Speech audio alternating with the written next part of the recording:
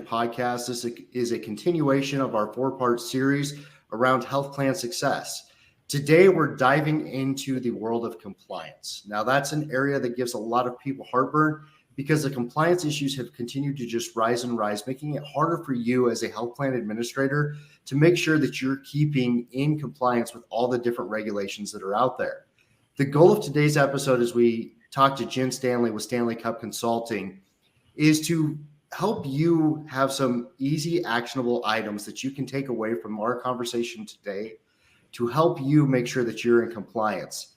Now, as we jump into this episode, we're going to cover a lot of different things. So if you have any questions, we ask you to reach out to us and, we'll answer those more in depth. But hopefully this will be a great episode where you can learn something. So with that being said, Jen, I want to welcome you to the Next Gen podcast. Thank you for coming on today. Tell us a little bit about who is Jen Stanley and Stanley Kup Consulting. Thanks, Nick. Glad to be here. Yep, Jennifer Stanley, and I am an attorney licensed in Texas, and I've been focused in employee benefits law my entire career. The second career for me, I did my first stint in clinical research, and then in 2008, the market crashed, and I was serving coffee at Starbucks. One of my customers said, "Hey, why don't you go to law school?" And I said, "Why not?" So I went to law school out in West Texas, Texas Tech School of Law, and stumbled out of the bar and into a brokerage firm. ACA was rolling out. It was the summer of 2013. And he knew he needed an attorney. He didn't know why, but he knew that to stay on top and stay competitive, and then more importantly, to advise his employers accurately, he couldn't do it. So he needed one of those, and I needed a job.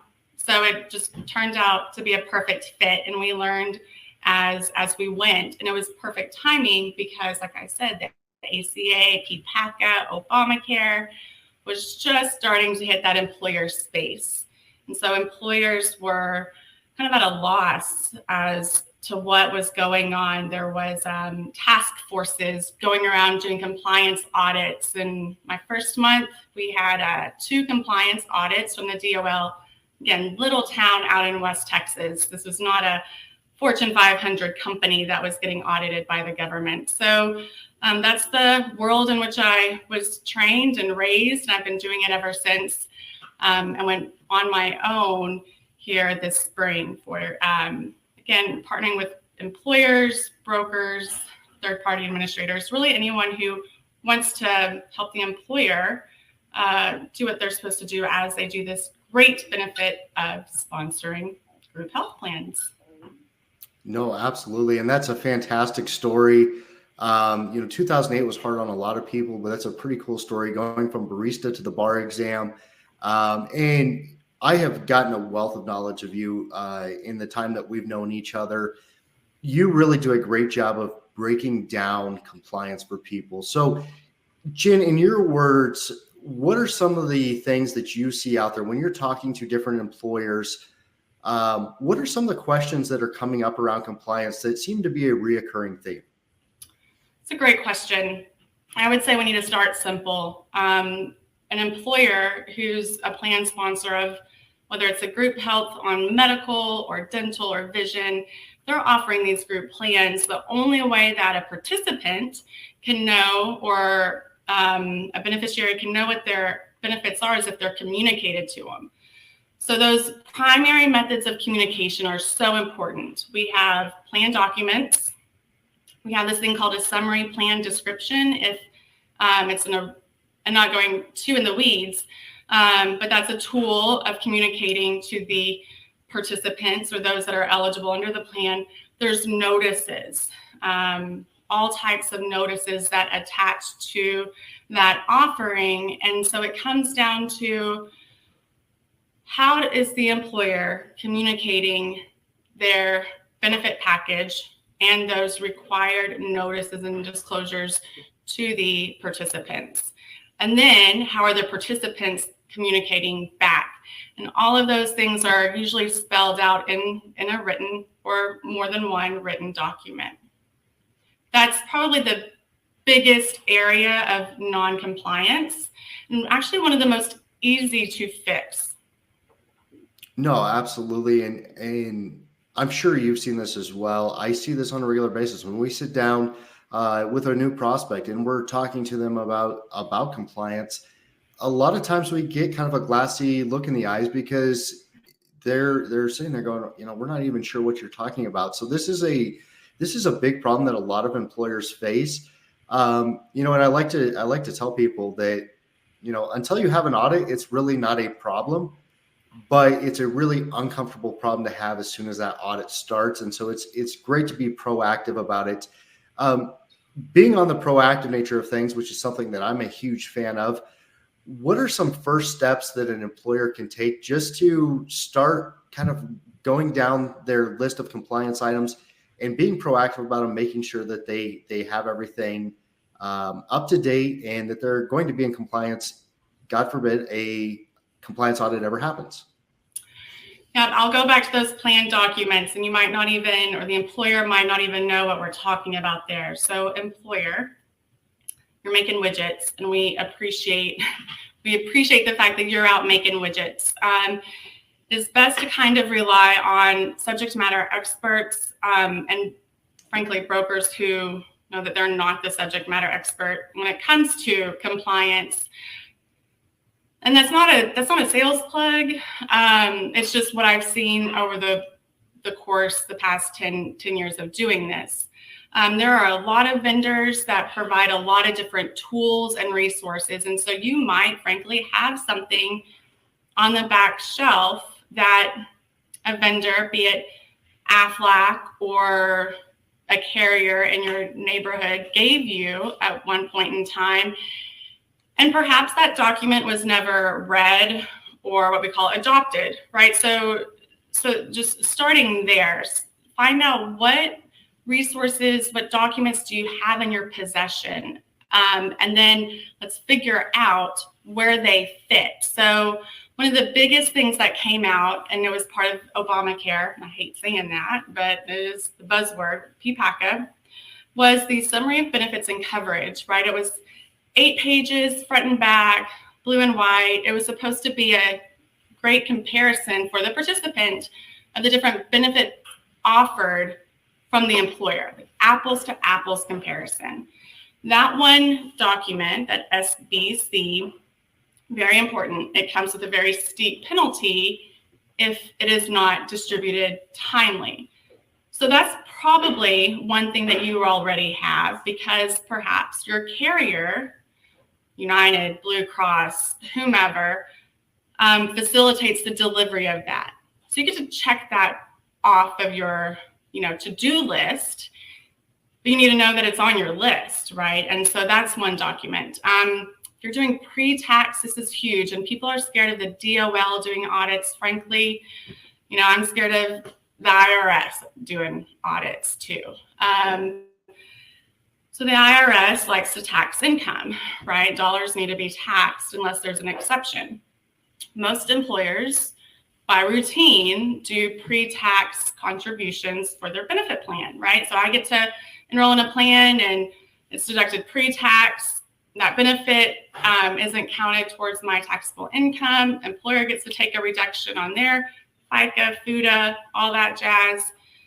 It needs to be a document that tells the IRS that this is okay and tells the participants that this is okay, right? So it's called a Section 125 plan document. Now it could be called a premium only plan document, a cafeteria plan document. They come by all different kinds of names, and each one is a little bit more significant, but it all goes to telling the IRS, listen here, we're not taxing these and you're not taxing these benefits, and that's okay because we have this document. And that document tells us when we're allowed to change our elections and gives us the authority to do the pre-tax. Another simple thing that the employer might have on the back shelf somewhere, and if they don't have it, the broker has resources, but a mistake is they don't read it and they don't adopt it. Absolutely. One thing that you touched on there, Jen, that I think we need to expand on a little bit is you talked about your health plan administrator, whether that's a third party, an independent third party administrator, whether that's one of the big four, Cigna, Aetna, Blue Cross, United Healthcare. It's kind of standard procedure that they are sending out the summary of benefits and coverage, or SBC. I think there's a lot of employers out there, at least in my experience, who believe that, their carriers or TPAs are taking care of all the compliance for them. There's nothing that they really need to do. That's being done.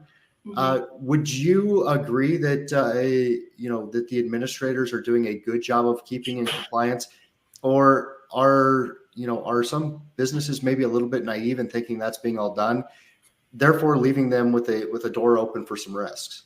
Yeah, absolutely. And I would throw your position, right? The broker is the one keeping the employer compliant, right? So whether it's the carrier, the broker, the TPA, whomever the service provider is, it's the employer thinks that they're doing right because their broker or the carrier is handling it. And that is not good. The employer is the plan sponsor. Now, they might not be administering the plan. They don't know the ins and outs, but they are the ones who are offering that benefit to their employees and eligible dependents. And so with that comes their fiduciary, I hate to use the F word, but it's a really big F word around here lately, the fiduciary responsibility. It's not the broker. It's not going to be the carrier. It's not going to be the TPA. They're going to say everything they can to say we are not the fiduciary. Some of those contracts the employer signs upon renewal or onboarding probably says in there somewhere, carrier, you are not the fiduciary. Employer, I am the fiduciary.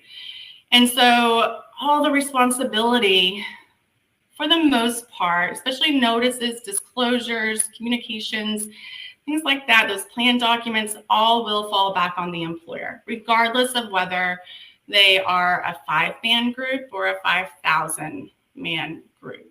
That fiduciary responsibility is there simply because they're offering the benefit.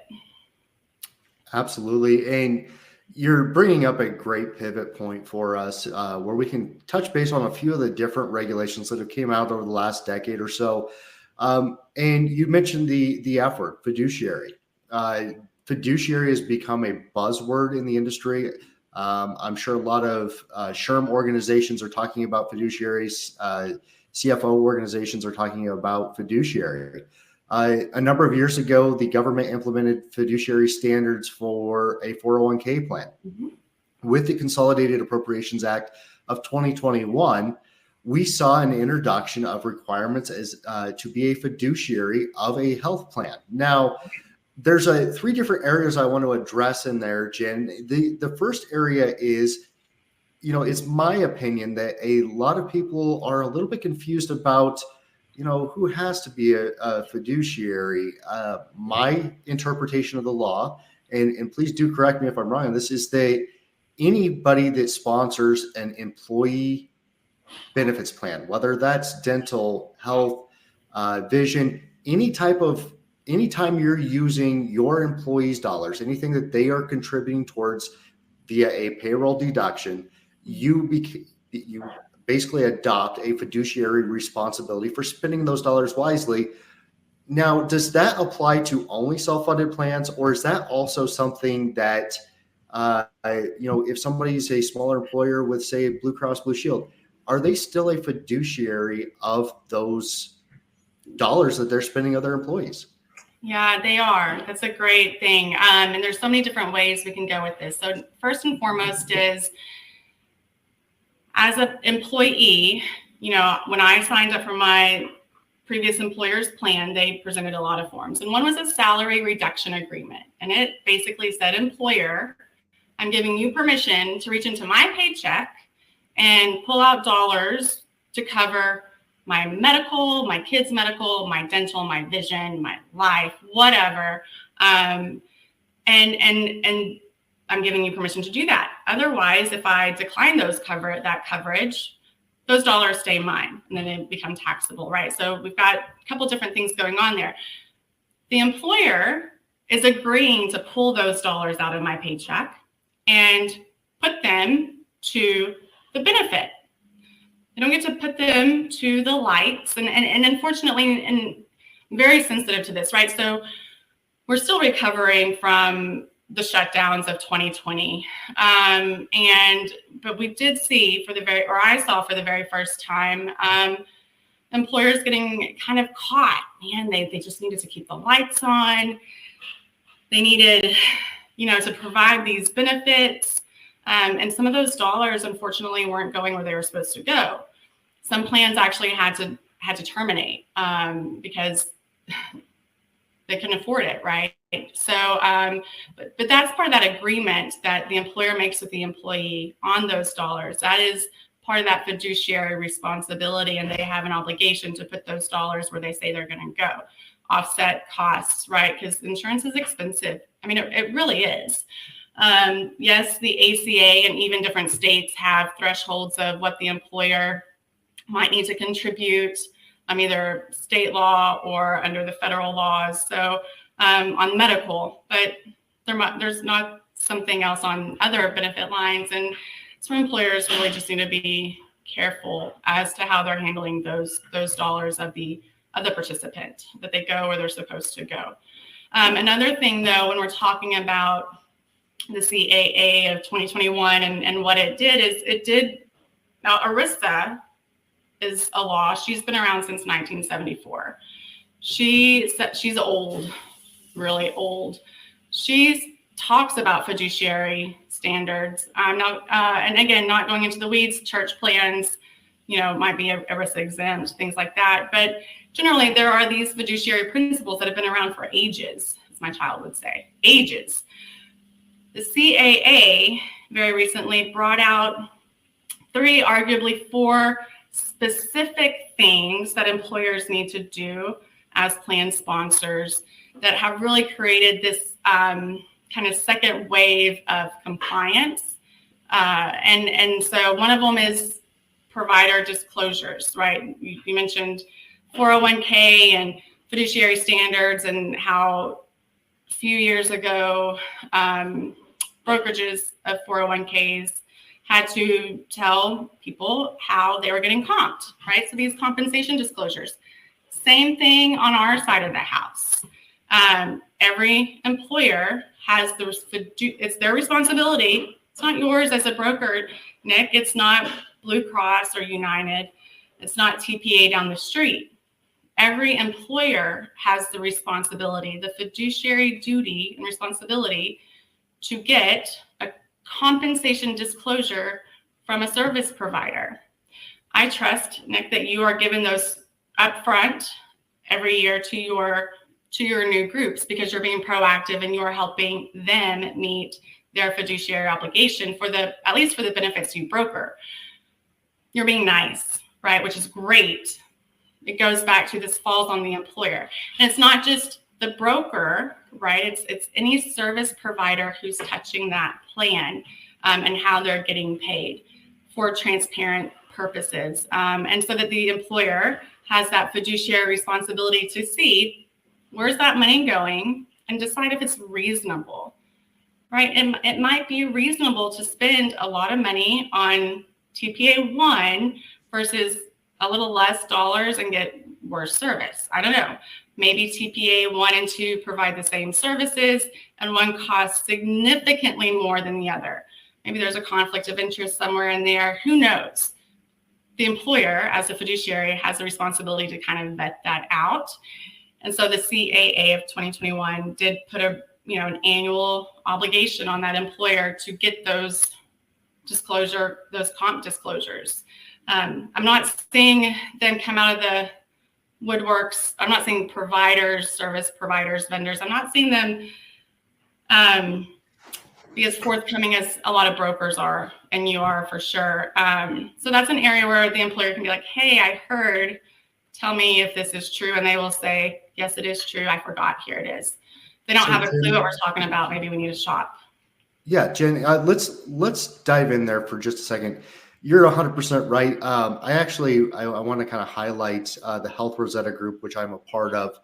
Health Rosetta is actually people that have been involved with Health Rosetta have been doing comp disclosures prior to the CAA. They were actually a big driver in adopting that. So yes, you're absolutely right.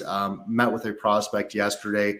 We actually went over my compensation disclosure. We're not even doing business yet. This was just kind of a exploratory meeting, but it's one of the things that I covered that, hey, this is something that I do. I lay this all out. But I will tell you, one of the hardest things to do is to get the other partners inside of a employer-sponsored health plan, the third-party administrators, the pharmacy benefit managers, everybody that's involved. It's really hard to get them to, put it in writing. This is how much we're making and how we're making it. And so I see it. I struggle with it as I'm trying to help my clients meet their fiduciary responsibility by, disclosing what these different revenue streams are and how much. Really, I'm struggling. So if there's an employer out there that is wanting to stay in compliance, maybe they've got a great broker, like I like to think of myself as, where their broker's doing the right thing, is providing them with the compensation disclosure. But you just pointed it out. We need a compensation disclosure from the third-party administrator. We need it from the pharmacy benefit manager. What leverage do employers have to help compel these different pieces of their health plan? I mean, other than just flat out firing them and finding somebody else, what can they do to compel these different pieces to help them meet their fiduciary standards? I don't know. I'm not saying fire them, but I'm kind of saying, well, maybe, maybe that's an option, right? Because again, this all comes back at the end of the day, the employer is the responsible party. And we are seeing, and I'm not one to put fear into people, but there are a lot of lawsuits coming up, trickling up. Some employers are suing their TPAs and their PBMs.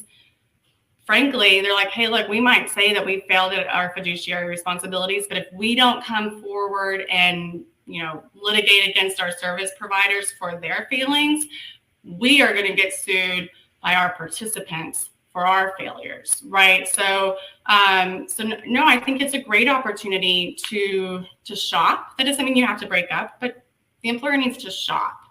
I might choose LA Fitness, $110 a month to go work out. Maybe that's reasonable for my family and me, versus the one down the street that's $10 a month, right? I don't know. What do I get for that? Both are transparent. I know what I'm paying. I know the services I'm getting, but I get to shop that. It's similar to the benefit plan in that space. And here's the other thing, Nick, and I'm not trying to speak badly about anyone. So I'm just kind of stating the facts here. Those comp disclosures talk about direct and indirect compensation. And there's this thing called an override. I don't know how it works. I always just made a salary, maybe cost of living adjustment, perhaps.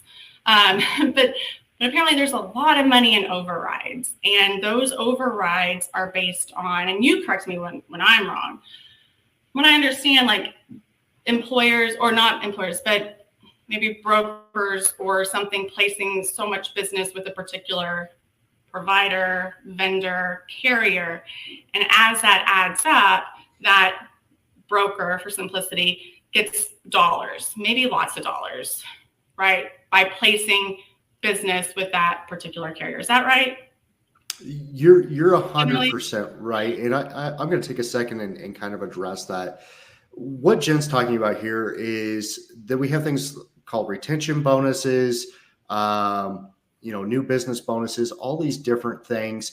I'm going to stand up for the average advisor out there and say that, most advisors are not genuinely chasing these and everything else. Don't get me wrong. There are people that do, but I like to think people act in the best interest all the time.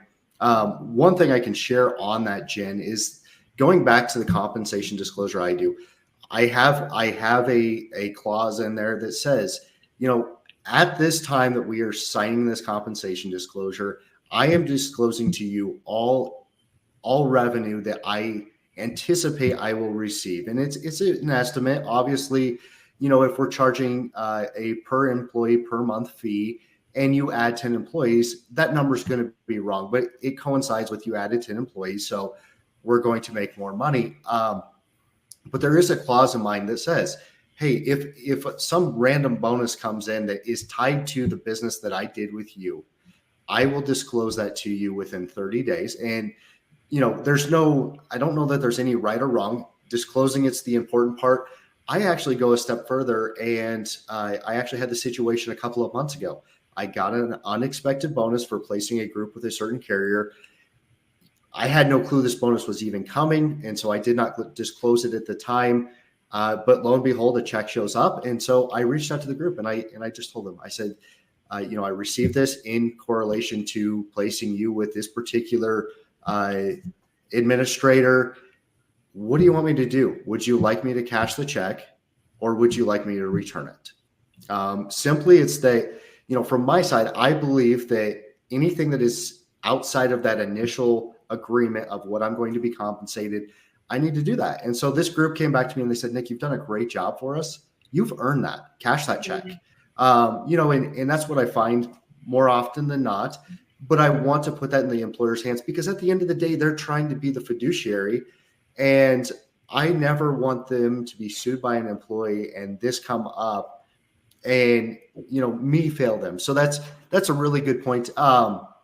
Jen, I'm going to kind of go on another route around what we're talking about of being a fiduciary. Now, about a month ago, I was in Chicago for the Health Rosetta Fest.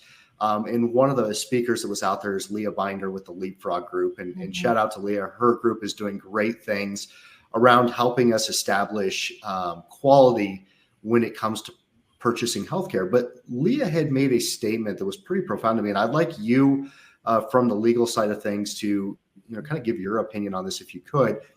But Leah's opinion is that not only do employers need to be fiduciaries, making sure that the services, from the TPA, the PBM, all this other stuff, they need to be making sure that they're making wise purchasing decisions with their employees' money.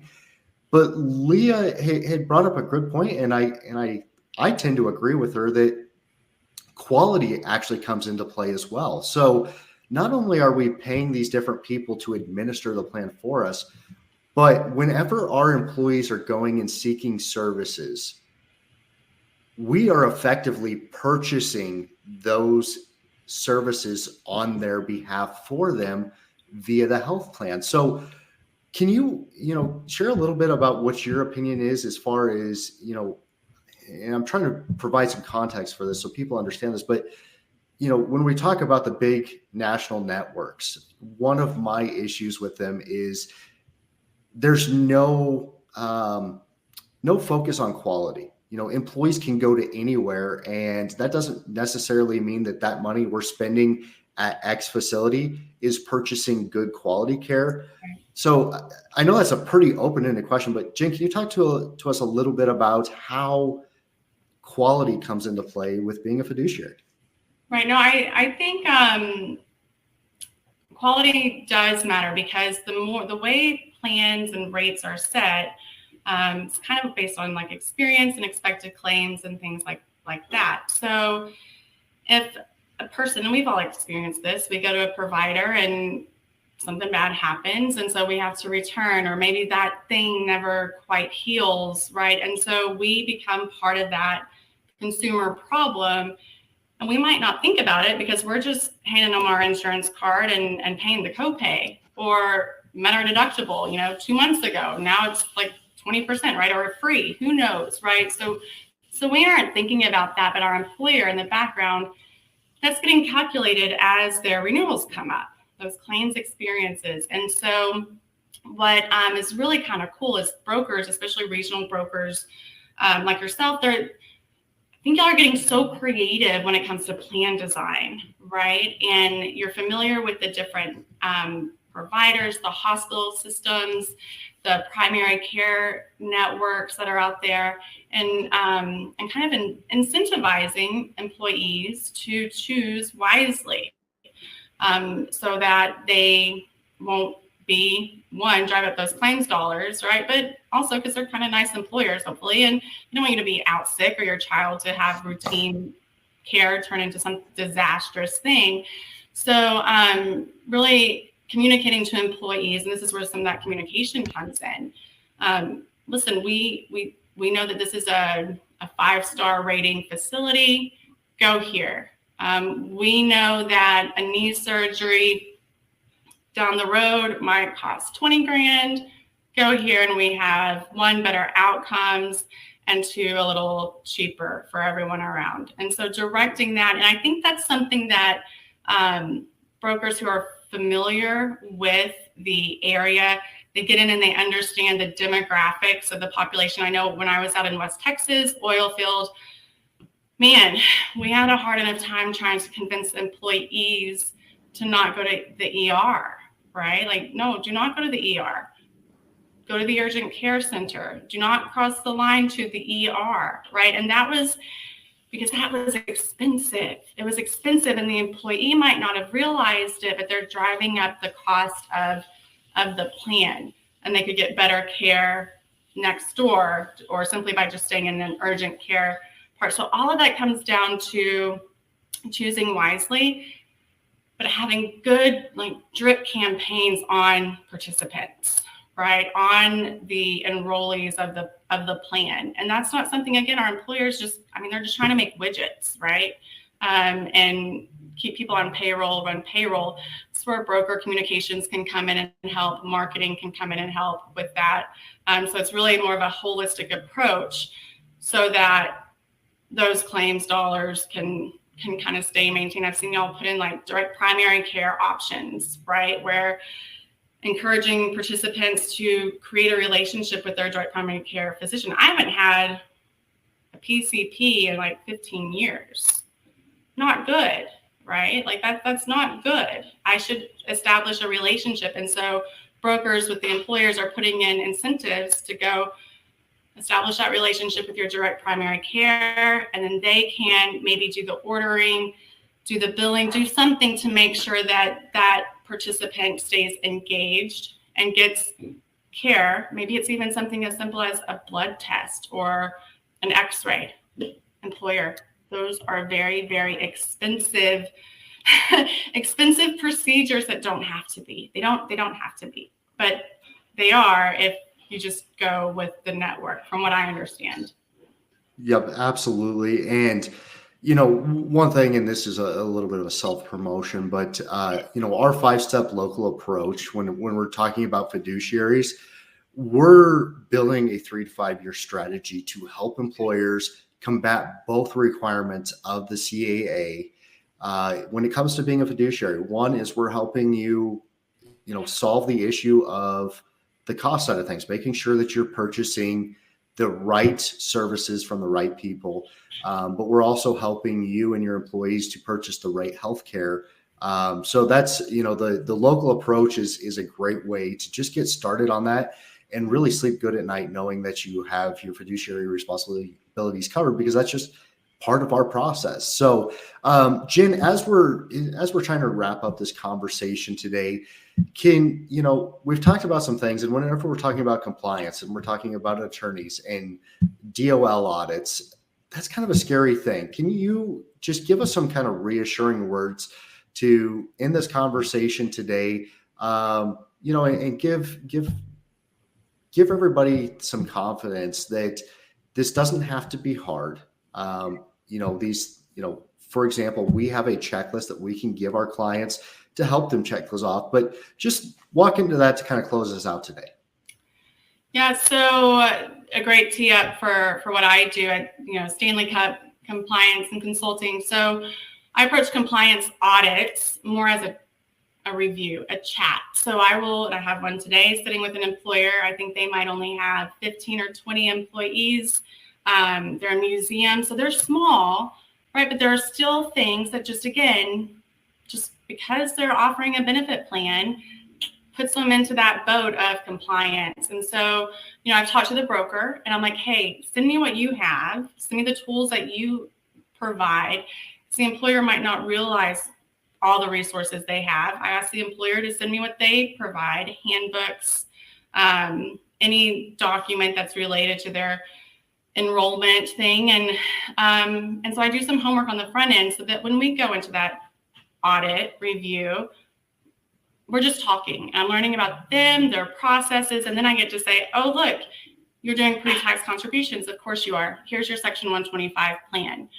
Okay, so how do we communicate when an election can be changed? Okay, great, 30 days, check that box, right? So it's very disarming, and they walk away feeling like, man, we're not that bad, and there's some action steps that are very, very easy to address. They don't have to be that expensive. Again, we want our small employers or large employers, we want y'all to stay in business. We want you to keep offering benefits, and we don't want to be a reason to not, right, because of the cost involved. So, being compliant isn't necessarily expensive. It doesn't have to be. It doesn't have to be scary, but it is important. Absolutely. Well, I really hope that you got a good value out of this conversation today with Jen. Really proud to have Jen as part of my team here at Next Gen Benefits.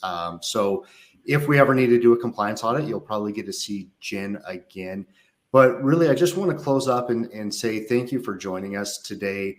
Again, hope that you got a lot of value out of this. And just remember that compliance doesn't have to be hard. It's one of those things that you need to be aware of. But by just taking a little bit of a proactive approach to it, it really is not a hard thing to do to stay into compliance. If you ever need help, obviously reach out to Jen or myself, and we're more than happy. But with that being said, we hope you have a great rest of your day, and we'll talk to you again soon.